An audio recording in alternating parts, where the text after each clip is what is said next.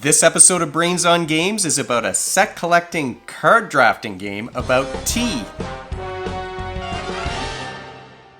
Welcome to Brains on Games. I'm Dr. Brian McDonald. In this episode, we're going to talk about a game where the players will become tea merchants and will try to fulfill the most orders with the greatest kinds of tea.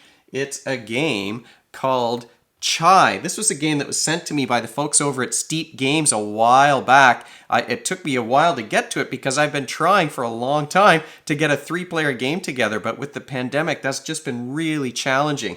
But Chai is a game that you can play with between 1 and 5 players. You can play it with kids aged 8 and up, so it really is a family weight game. And you can play a game in anywhere from 20 minutes to an hour. Let's take a look at Chai. The Steep Games folks sent me the deluxe edition of this game, so they included it, this beautiful playmat and all of these deluxe components like the metal coins, and there's a metal first player token. So the pieces are, well, as you can see, the pieces are awesome, and they are, you know, they're nice and tactile to play with, and we'll talk about what all these pieces on the board here are. The board is a little crowded. Usually things would be a bit more spread out. Of course, the player boards would be in front of the players. They wouldn't be here on top of the mat, but really I've kind of pushed things together so that hopefully you'll be able to see them on the camera. What you're trying to do in a game of Chai is fulfill orders for tea. That's going to earn you some victory points. If you've got coins left over from selling ingredients or from visits to the market, you'll also get some points for that. You can see down here are the customers, and this is the value. This is the number of points that you're going to earn if you fulfill their orders. These are the ingredients you need in order to do that. So it is a set collecting game. Up here are a couple of teacups. So I've set it up for a 2-player game with green tea and black tea. So there are going to be 2 teacups for a 2-player game. Each teacup has a little tip jar in front of it. So when you fulfill an order, you're going to dump the components that you've collected in one of these cups. And then you take the tip and there's some reward on the other side that's determined at random. So I wasn't supposed to show you that because it's meant to be a surprise when you fulfill an order. You're going to play the game over 5 rounds, and your round counter is this thermometer that goes from 0 to 100 degrees Celsius, because water boils at 100 degrees Celsius, but you can flip it over if you're American and play with the Fahrenheit thermometer instead. You've got a little spot here for the bank. This is the marketplace where you're going to buy ingredients to add to your tea. The pantry here also has some additional ingredients. You've got some extra rewards here or abilities that you can take advantage of when you take a customer from the bottom of the board here. And these are the player boards. Let me move these ingredients off. Each player is going to have some of these little wooden tea tokens. So I've got the green ones because I chose the green player. You can see the green down here on the mat. And the other player in this game will have the black tea leaves. You've got player boards that look like this. So you've got 6 spaces on the bottom for ingredients from the pantry, and you've got a dozen spaces for ingredients from the marketplace. You'll also start the game with a customer. So you'll get 1 customer at the beginning of the game, and then the rest you have to you reserve from the customers at the bottom here of the board. This customer will earn me 12 points, which will be fantastic, but I have to collect a lot of ingredients in order for that to occur. I'll put that down here on the board so you can see. So you'll need a couple of berries and a couple of lemons and a ginger and a jasmine in order to create that tea that person wants to order. If I'm able to collect those ingredients, I can turn them in, complete the order, I put the ingredients in the teacup, and then I collect the tip. Like I said, the game is played over 5 rounds, and the round ends when all of the tips have been collected. So when you've filled each of the cups, there's 1 for each player, but when you fill each of the cups, then you move on to the next round, and you move the thermometer up to the next level here, 25 degrees, in this case on the Celsius thermometer. Each turn, you're going to choose one action, and there are 3 different possible actions that you could take. One is to visit the pantry. If you visit the pantry, you'll collect 3 ingredients that are here, or you can draw 3 from the pantry bag, which has a little circle here at the bottom to correspond for those round ingredients from the pantry. If you want to, you can spend a coin to reset everything, and then you'll take these off and put new ingredients on the board before you choose your 3. You could also visit the marketplace, and this marketplace is my second favorite marketplace in any board game. My number one is, and probably always will be, the marketplace in Clans of Caledonia, where the prices go up depending on whether you're buying or selling. But this is my second favorite one, and it's my second favorite because, first of all, it has these beautiful tiles in here, these great colorful tiles with different ingredients that might be added to your tea. They're great, big, thick. I don't know if you could tell how nice and thick these are. But when you do go to the marketplace, here's what's going to happen. First, you'll get a gold coin. So that's worth 3 coins. I don't know if you can see the 3 here. But you start by getting a gold coin to represent tea that you've sold while you're at that marketplace. And then you can use the coin that you've earned to buy some ingredients. And what's neat about it is, if I were to buy, for example, these purple ones down here, I get not only that ingredient, but all of the same color ones that are touching it, either horizontally or vertically, not diagonally. But here I could get 4 ingredients instead of just 1. If I wanted to buy the lemon down here, I could get both of them.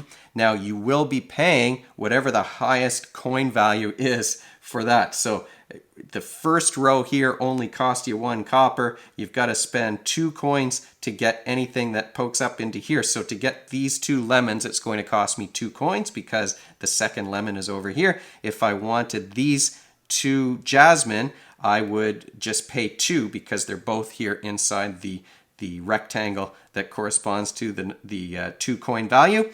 Here I could get 4 of these ones, and that would cost me 3 coins. What happens when you buy them is, say I wanted to spend my 3 coins, I'll put that back in the bank, and I want these purple ones. So I'll grab these out, and I would put them on my player board like this. Okay. So you'll be able to see here that they're on my player board. I've only got 12 spaces. 4 of them now are taken up by those flowers. Then I slide the ingredients over, and I refill them from this bag, which is full of different ingredients for your tea. So here we've got, we'll start, you're meant to go from top to bottom, and you slide them in. So you start with the second row, since that's the empty space, and you're just drawing these things at random. Now, what's interesting now about the marketplace is that if someone were to buy jasmine, they're going to get 4 of these. It's going to cost them all 3 of their coins that they would earn from visiting the market in the first place, but they'll be able to take all of these ingredients into their player board, and that could allow them to fulfill an order. Finally, you could reserve a customer, and you could draw one of these cards from here at the bottom, or a random one from the deck if you didn't like any of those. And then you can have, I think I said earlier, you can have 3 customers' orders that you're working on. I might grab this one because it's going to earn me 9 points. All I need is 3 mint and a sugar in order to fulfill that one. So it's a little bit less expensive, a little bit easier than my first order that was going to earn me 12 points, but I needed 6 different ingredients in order to get it. Maybe I wouldn't want to take that mint tea order though, because there's only 2 mints here in the marketplace right now. So it's going to be a little bit harder maybe to get the ingredients I need to fulfill that order. If I do choose to reserve a customer here from the bottom, of course that's going to get refilled afterwards. But I also get to use one of these ability cards that are up here in the middle of the board. There are 3 that are face up, and these indicate that I could sell one of my ingredients. So I had just bought those 4 purple lavender ingredients, so I could sell one of those and earn 2 coins. I could turn in 2 of those ingredients for a different ingredient of some kind, or I could turn in 2 of the ingredients here from the pantry and get a different one, whatever kind that I want. At the beginning of the next round, the person who goes first is going to draw a different ability card to replace one of these. So the abilities change each round in the game. You're going to have one extra or one different thing that you can do. And that is it. You've only got those 3 choices of actions. You can visit the pantry, visit the market, reserve a customer, and then use that ability. And you're just trying to collect those ingredients to fulfill the orders and earn the most points in the game. The only, take that sort of element in this game is if you take a customer that the other player wants, or you take an ingredient that the other player was hoping to get, but there are no cards that allow you to mess up another player's plans. And you play through those 5 rounds, and then at the very end, you count up how many victory points you have based on the customer's orders that you fulfilled. Like I said, you can add some victory points if you have some coins left over too. And that's how you determine a winner of the game. So there are really a couple of skills that you're using here. Of course, because you're budgeting, you're saving up money, you're saving up ingredients in order to fulfill these orders. So you're budgeting and planning ahead. That means that this is a game that involves the executive functioning skills. Executive functions are the skills that you need to work towards a goal. And those are great skills, I think, for kids to practice because, if you're planning ahead and tackling things in an organized way, if you're budgeting, those are all good things, I think, to be able to do. The other skill that's involved here, of course, is when you're visiting the marketplace, there's a spatial element because you're looking at what's connected. And you might be thinking ahead about, well, if I buy these 2, that's going to slide things over to the left. It's my right, but it's your left. That's going to slide things over. And what is that going to allow the next player to be able to do? Now, all of a sudden, they can get 5 of these white flowers instead of only 4. And that is Chai in a nutshell. It's a relaxing sort of light strategy game that you can play with the whole family. I mean, it's for kids aged 8 and up, so it's got quite a wide age range. We certainly enjoyed it. My wife thought that these teacups were really fun. And of course, any game with metal coins, I like that. And the beautiful tiles are very nice as well. It is a lot of fun to play a game on one of these big neoprene mats. This is the second video in a row where I'm talking about these neoprene mats. Well, I really like this one because of the bright colors and it shows you how to lay everything out.